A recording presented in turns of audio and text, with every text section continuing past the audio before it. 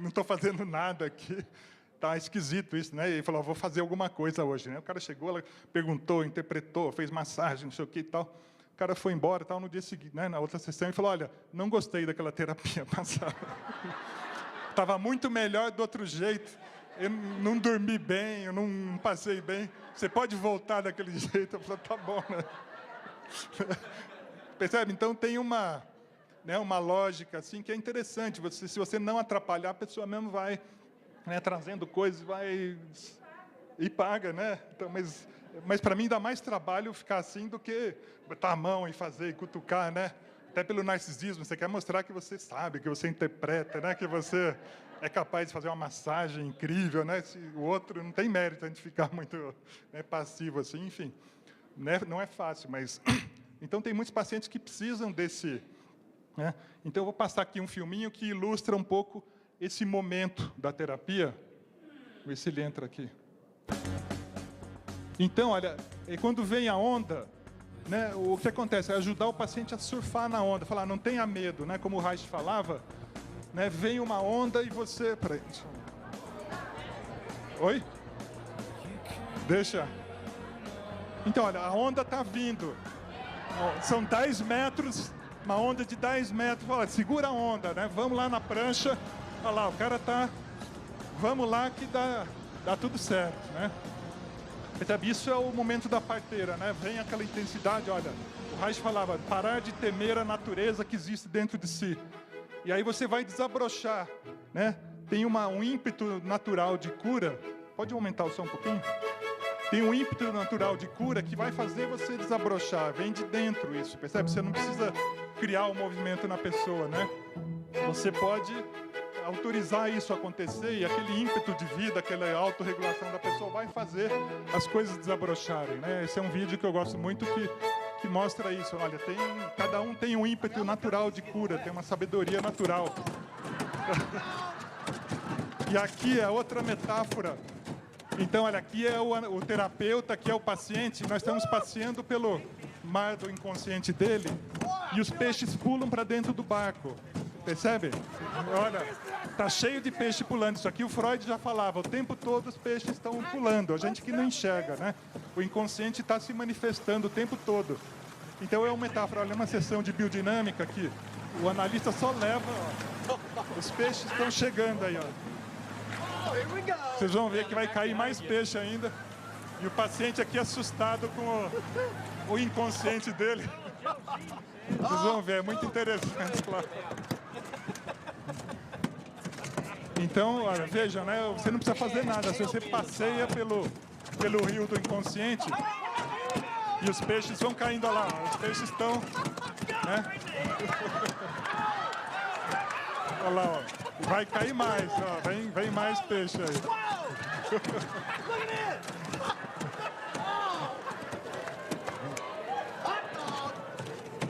Olha lá, ó. Então, percebe, o analista não faz nada, ele só dirige o barco e fala, vamos dar uma passeada aí, né? E a coisa acontece, né? Vai chegar mais ainda aí. Olha lá, opa.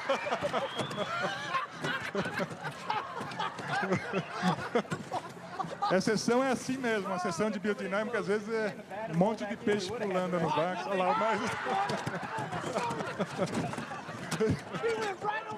Então...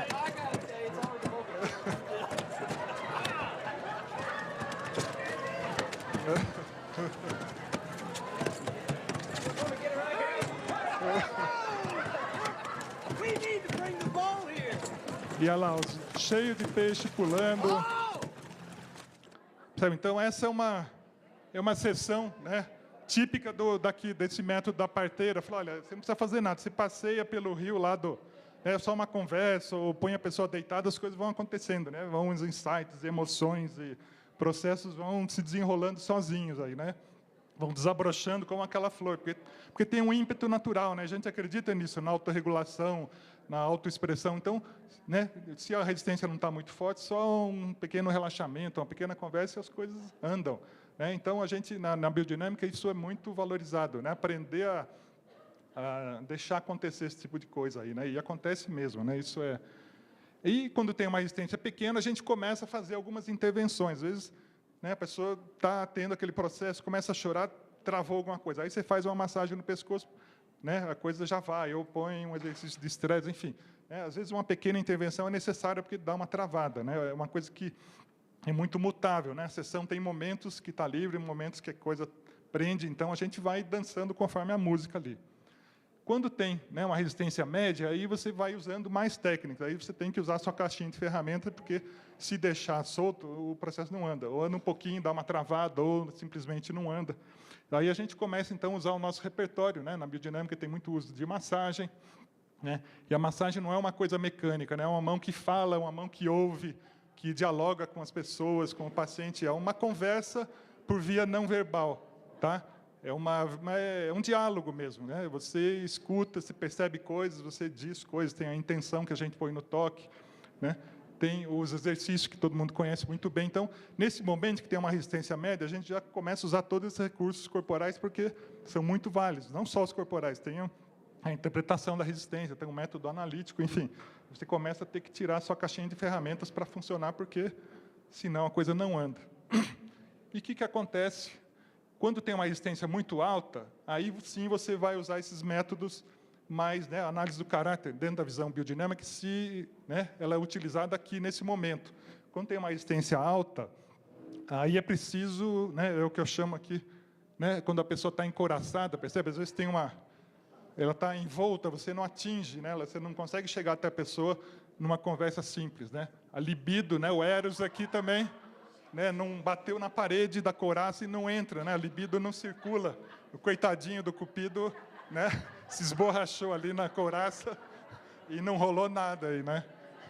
Então, é preciso tirar essa barreira da frente, senão a libido não circula aí, né? Às vezes a gente tem que ter uns abridores de lata, né? Eu chamo análise do caráter de um abridor de lata. Quando o negócio está encrencado, né, está defesa do caráter, você tem... Nesses casos, tem um abridor de lata, a gente abre a lata lá do caráter e solta a pulsão, solta o fluxo, né? Porque se não tiver esses abridores de lata, não rola. Então, você tem que ter uma técnica mais efetiva, mais intervencionista. Aí sim, né? Nesse caso, é totalmente diretivo, né? Quando tem um paciente que tem uma resistência de caráter importante, fala, olha, eu vou dirigir, né? E o Reich era muito claro nisso. No capítulo 4 do Análise do Caráter, ele conta, né, o eixo do capítulo 4 é um paciente, um passivo feminino. Então, eu fiquei 6 meses direto na análise do caráter, eu dirigindo e tal, e depois que, né, dissolveu a resistência do caráter, ele ficou 5 anos numa análise comum, percebe? Então, quer dizer, é intervencionista enquanto tem uma resistência de caráter. Depois que soltou, aí o processo vai sozinho. Então, a gente volta para o grau 2, né, que é baixa resistência, percebe? Então, a gente tem que estar sempre, né, dançando conforme a música, na minha visão aí, de usar os abridores de lata, mas quando abriu a lata também ir para um outro tipo, não continuar intervencionista, né? Opa, agora mudou o pique, agora é um outro sistema aqui. Oi? Já acabou? Tá bom. Deixa eu só completar um pedacinho, depois eu... Oi? Tá bom. É rapidinho aqui. Então, olha, o que acontece, né? Aqui é outra imagem, né? Que você toca a flautinha para sair a cobra, se a cobra não sai, você tem que, às vezes, pegar um trombone para, né, fazer a libido sair lá, né? Então, às vezes, isso aqui é análise do caráter, né? Isso é análise do caráter, percebe? Se você, né, toca uma flautinha, não, né? Vamos lá mexer fundo, porque senão a coisa não rola. E, teoricamente, tem a resistência altíssima, né, que a pessoa nem vai na terapia. Tá? Então, aquele fala, eu não preciso, eu mesmo me conheço. Né, aquelas pessoas que mais precisam são as mais resistentes. Então, né, também é um estado teórico, as pessoas não chegam no consultório. Então, só passar como chama, história em quadrinhos aqui. Então, olha, aqui em cima é neurose, aqui é saúde, tá? Então, tem uma estase libidinal, tem um caráter neurótico no primeiro momento que a pessoa está, né, equilibrada dentro do caráter. O que acontece? Você tem que fazer, né, uma psicoterapia com baixa resistência, dar uma empurradinha para ela sair, né, daquele estado, que automaticamente, sozinha ela não sai. Né? Quando você consegue dar esse empurrãozinho, ela começa a descer a ladeira, né, E aí, vixe, agora estou pior do que eu estava no começo, né? Agora a coisa complicou, mas aí não dá para segurar. Aí começa aquele processo, começa, né, coisas acontecerem, mudanças de vida e não sei o que e tal, até chegar num outro patamar, né? Aqui, né? Então, o que acontece, né? Tem melhora a circulação libidinal, mas tem uma nova camada de resistência. A pessoa, ufa, né? Mudei muita coisa, que eu achei legal, tal, mas tem um buraco, né? Uma concavidade aqui que a pessoa fica instalada naquele novo patamar e é mais alto, né? Então precisa de um esforço. Então o que acontece? No próximo momento tem que fazer uma análise do caráter para fazer ela sair do conforto lá e empurrar, né? Para ela, né, ter um novo processo. Aí tem um momento que ela rola de novo, né? Desce a ladeira mais, um momento de baixa resistência, porque, né, soltou a pulsão e o negócio, né? Então é um momento de trabalhar com baixa resistência, né? Os processos estão acontecendo. Daí chega num outro patamar e fala, opa, né, já está mais coradinho aqui, mais próximo da saúde. Aí ainda tem um pequeno, né, que você, fazer mais um pouquinho de terapia, né, até chegar no caráter genital, na saúde aqui.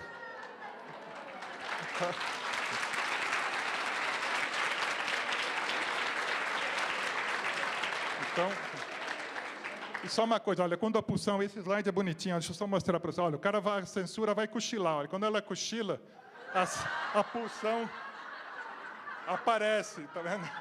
Ó, a censura está aqui, ó. Se ela cochila...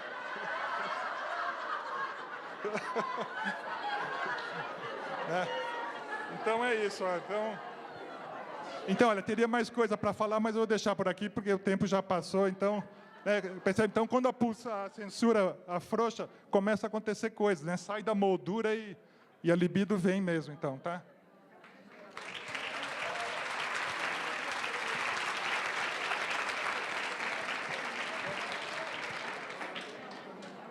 Vamos passar a palavra aqui para a Liane, que vai nos referir o tema do ponto de vista da biossíntese.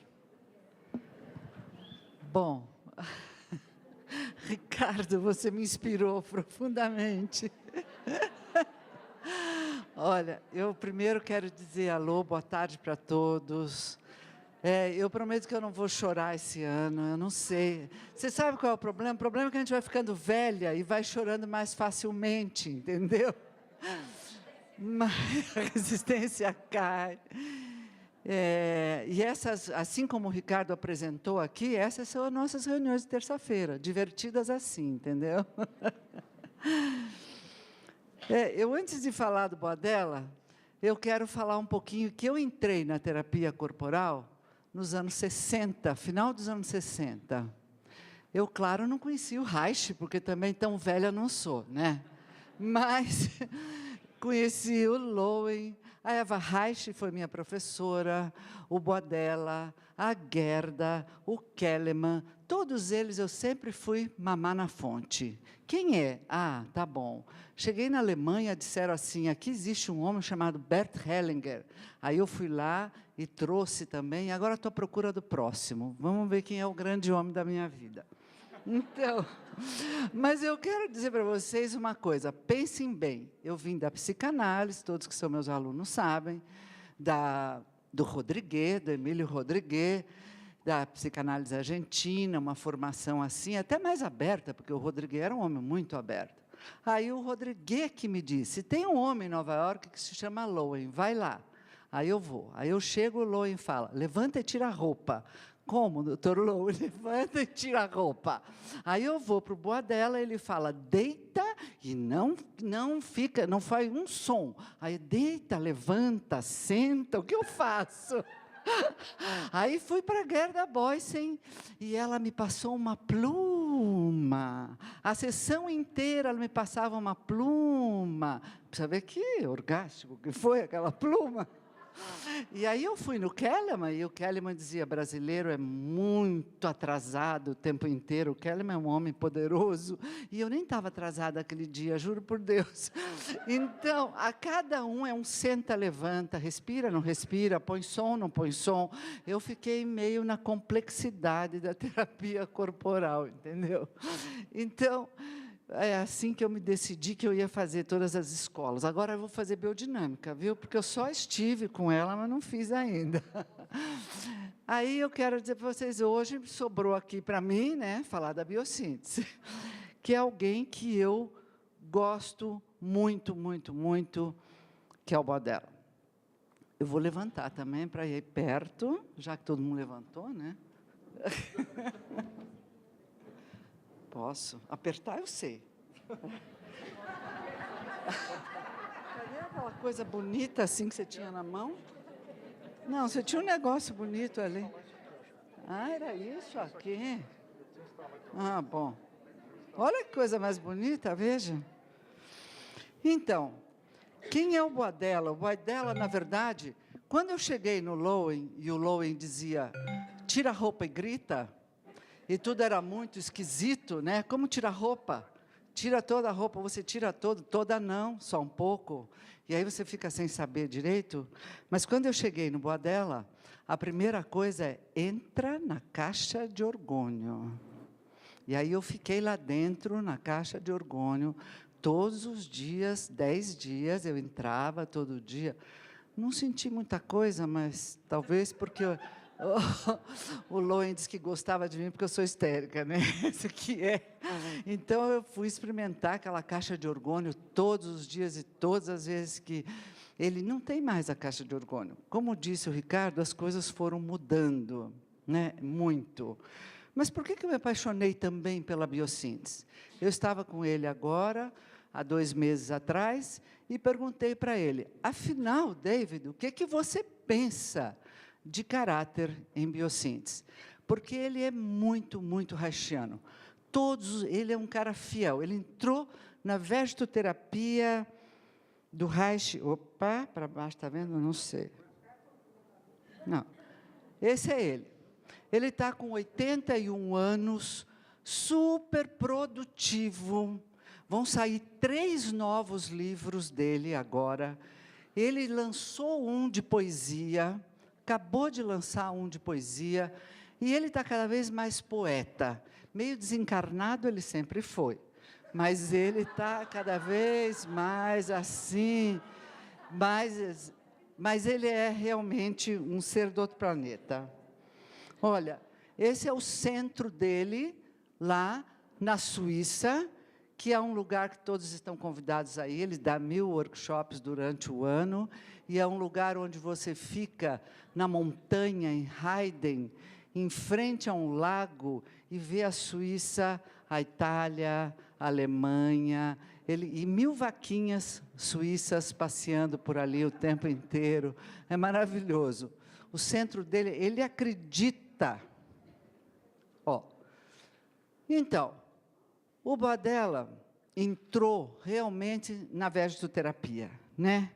E aí ele fala, a construção de caráter não é dado mais agora, ele já foi muito influenciado pelo Lowen, e toda essa estrutura de caráter que o Lowen trouxe, o Bodella usou.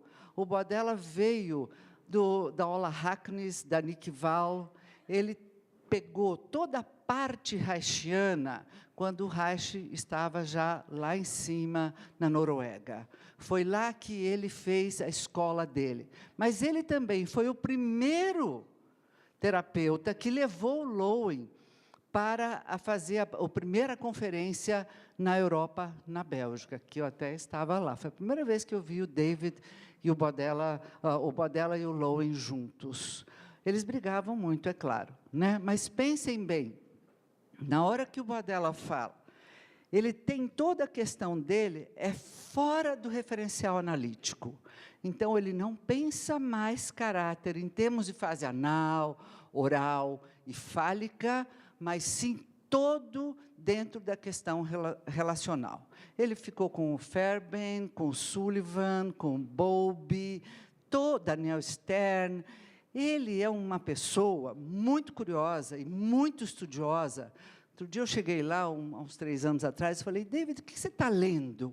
Eu tenho muita curiosidade na leitura dele, porque ele é um homem que lê sem parar. Ele falou, estou lendo Caráter em Goethe. Eu falei, ai meu Deus, será que eu vou ter que ler isso também para entender agora? Porque ele vai indo e já faz, bem, uns 5 anos que nós estamos nos treinando, todo ano eu vou lá para fazer o meu treinamento, e ele está em toda a teoria da neurociência e do trauma. Então, é fora disso. Olha, e é isso que a biossíntese, ao falar do caráter, estava pensando, nossa, como é difícil a gente falar de análise do caráter sem ser de Reich. Como é difícil a gente não ter que repetir tudo que vocês já falaram, né, de todas as questões reichianas, e tentar trazer algo que uma escola se diferenciasse da outra, não pelos mesmos conceitos reichianos, porque o Bodella fala o tempo inteiro, pulsação, fluxo, carga, contato. Ele traz o esquema da autorregulação, de pulsação, o tempo inteiro, até hoje, permeia a clínica dele. Isso que ele fala, que a nossa melodia de vida começa no útero, porque ele fala que todas as estruturas caracterológicas iniciam-se no início da vida. Realmente, na relação dos afetos umbilicais, mãe-bebê, é quando já começa a se estabelecer as questões da neurose. De um útero expulsivo, de um útero que contém, de um útero que não suporta, de um útero amigo. Ele vai trabalhar toda essa situação de como foi a gravidez, de como que foi a tua relação da mãe com o bebê no útero. É a partir daí que vem a construção, que ele usa atualmente de análise do caráter. Então, ele traz um contínuo, olha. O tempo inteiro ele fala de um sistema ecológico. Ele já falava de um sistema aberto ecológico há muito tempo.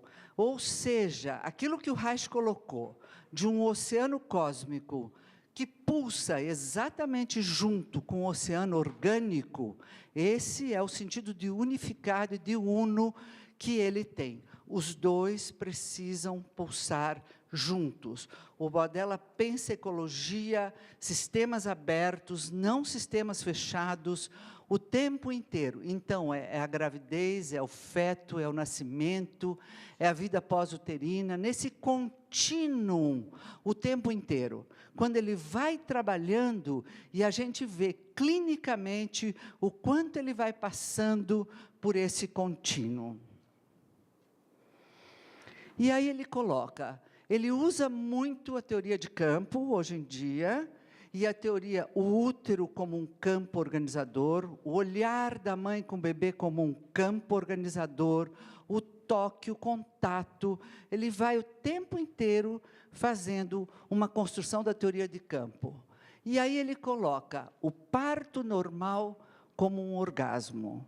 E fala o seguinte, olha, a mulher, ela dá à luz, o bebê não é tirado dela, ela deixa o bebê vir assim como um orgasmo.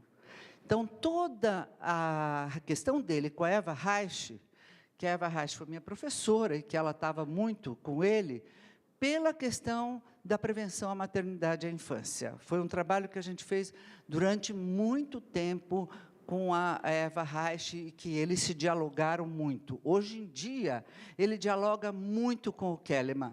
Eles se mandam poesias quase uma vez por semana, um para o outro. É uma coisa muito interessante ainda de ver. Pode passar, Nela?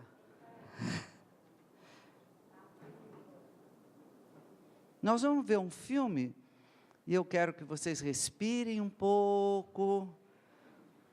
E viajem, porque é curtíssimo, mas viajem um pouco nessa tese de que o parto pode ser um orgasmo, e o quanto a gente tem que trabalhar nisso. Este vídeo é um vídeo de colocar contra realmente as cesáreas que existem.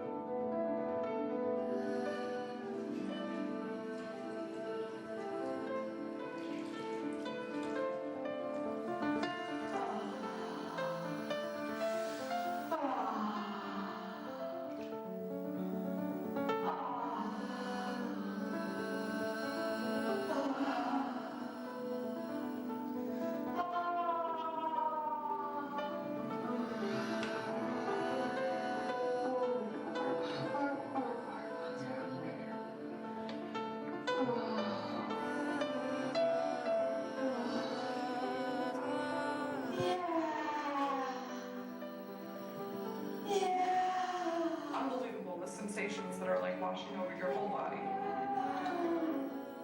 The final moments, that was very passionate. It is a very sensual experience. A lot of women, given the right conditions, have orgasms. It is possible to have an ecstatic birth. In fact, that's the best natural high that I know of. The sensual and sexual nature of birth cannot be denied. It's the best of orgasm.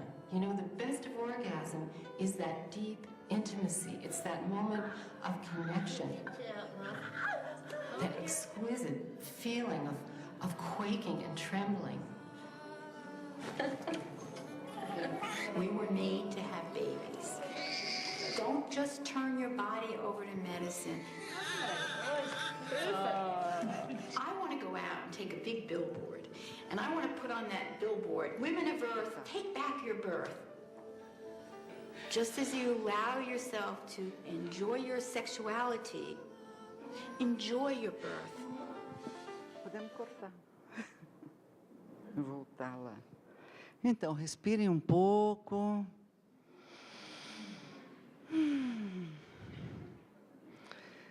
Eu cheguei uma vez na Alemanha, lá na Suíça, para encontrar o Boadella, e o filho dele tinha acabado de nascer. O Boadella tem uma história muito trágica de pai, porque uma das filhas dele morreu num incêndio em Londres.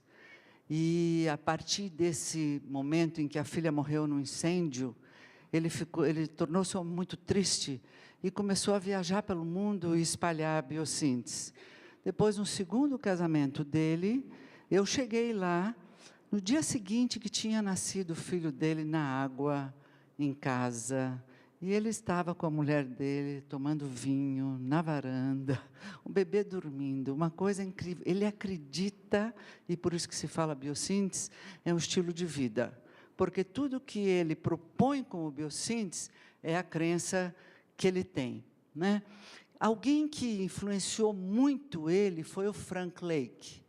E o Frank Lake falou, as medidas de caráter são medidas desesperadas, destinadas a assegurar sobrevivência e crescimento contínuo, reafirmando aqueles direitos que a criança tem, que é o direito de ser, de bem-estar e de realização. Esse é o Frank Lake, né? E aí ele fala que essas defesas permitem ao organismo um funcionamento limitado, que todo mundo já falou aqui, e sem essas defesas, em face dos traumas sofridos, o bebê não teria o seu desenvolvimento, né? Então, são operações de proteção, um passo para o futuro.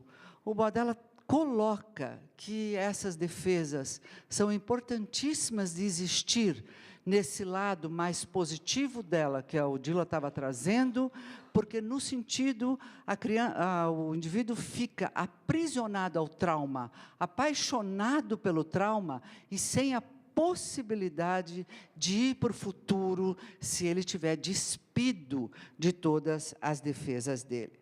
Ah, não está saindo aqui, não sei por quê. Então, ele fala, as defesas são padrões universais, e aí elas são as cores da ferida. E hoje vocês viram aqui no trabalho de manhã, de tarde já, mas como a Sueli e a Cristina trabalharam as cores da biossíntese, porque o tempo inteiro ele vai trabalhando com as cores e com as questões das defesas de caráter. Para trabalhar na biossíntese, que a biossíntese é algo muito complexo, é difícil de se entender. Às vezes as pessoas estão no segundo ano e falam, não entendo nada de biossíntese, porque, na verdade, ela não é uma estrutura cheia de exercícios ou de algo que você possa se agarrar, como a bioenergética faz no treinamento.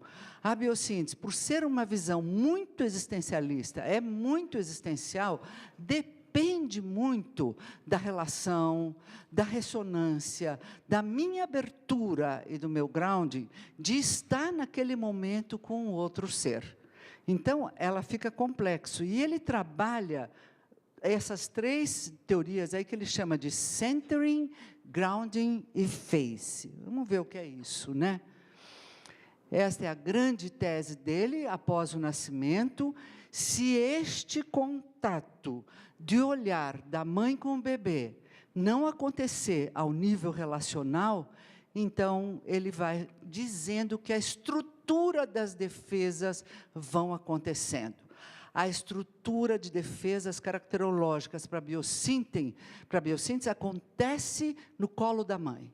Ela é estabelecida no colo da mãe, a partir do gesto que é o bebê que nasce, o bebê que vem ao meu peito, e é o bebê que eu mando para o mundo. Então, se este colo não é colocado de uma forma intensa de relação, aí já começam a acontecer as patologias. E o que ele fala? Que a gente trabalha com o indivíduo ectoderma, endoderma, mesoderma, que ele vai naquele contínuo, que isso se estabelece já no desenvolvimento do sujeito, desde a barriga, e aí ele... Por que a gente lê isso, né? Por que a gente fala que uma estrutura de caráter, em vez de ser só oral, ela tem uma estrutura endodérmica, ou seja, toda a sua forma de agir é uma forma extremamente emocional. E a gente vai trabalhando com um conceito que ele traz, que é um conceito de pontes. A biossíntese é cheia de metáfora, porque ele é um poeta. Então, você tem que ir fazendo pontes entre essas camadas o tempo inteiro, no momento da sessão. Se eu tenho um caráter, uma pessoa totalmente endodérmica, ou seja, com as tripas para fora, e que daria com a oralidade, eu vou ter que fazer uma ponte, talvez, para uma pessoa, para ele ficar mais ectodérmico, no sentido dessa pessoa poder pensar nas suas emoções, e não somente expressá-las. É a compreensão do estado emocional que me faz com que eu crie essas pontes do endoderma para o mesoderma, para o ectoderma. Não é fácil, é complexo, mas a gente consegue. Então, aí ele fala, né, que é sempre a leitura do movimento, também, né? Nisso, ele foi muito influenciado pela Gerda, eles trabalharam juntos na Cassia House, depois ele larga a Gerda e pega o Lowen, depois ele era meio infiel, entendeu? Depois ele larga o Lowen, e aí ele vai indo, construindo. Todos queriam construir uma escola própria, né? Eu tenho a sensação